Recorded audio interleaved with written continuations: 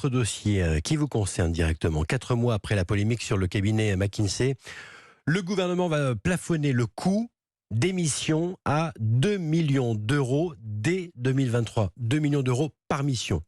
Vous avez enfin tiré les leçons ?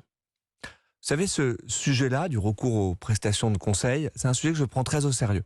Je crois que c'est un sujet qu'il ne faut pas laisser aux populistes, qui sont ceux qui veulent toujours affaiblir l'État. Moi, je veux le renforcer.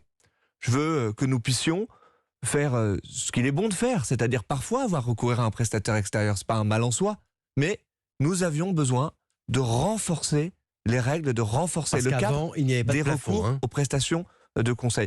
Il y a ce sujet-là, du recours aux prestations en encadrant mieux les plafonds. Puis il y a aussi tous les progrès qu'on peut faire pour intégrer plus de règles déontologiques, pour faire en sorte que l'ensemble des contacts entre des cabinets de conseil et des membres du gouvernement, des membres de cabinet, soient faits de façon absolument transparente, qu'on interdise toutes les démarches de démarchage, justement, qu'on puisse avoir des déclarations de conflits d'intérêts potentiels de chacun des consultants qui travaillent sur des dossiers, de faire la transparence, de publier toutes les commandes. Eh bien, tout ceci, c'est ce que nous avons mis dans ce nouveau cadre de recours au cabinet de conseil. Moi, je pense qu'il faut prendre ces sujets au sérieux, parce que c'est une façon, au fond, de réarmer notre État. Parce que nous avons besoin parfois de nous appuyer sur des conseils extérieurs, mais nous devons le faire dans un cadre déontologique, dans un cadre de transparence qui est renforcé. C'est chose faite avec ce nouvel accord cadre. Vous voyez que nous progressons.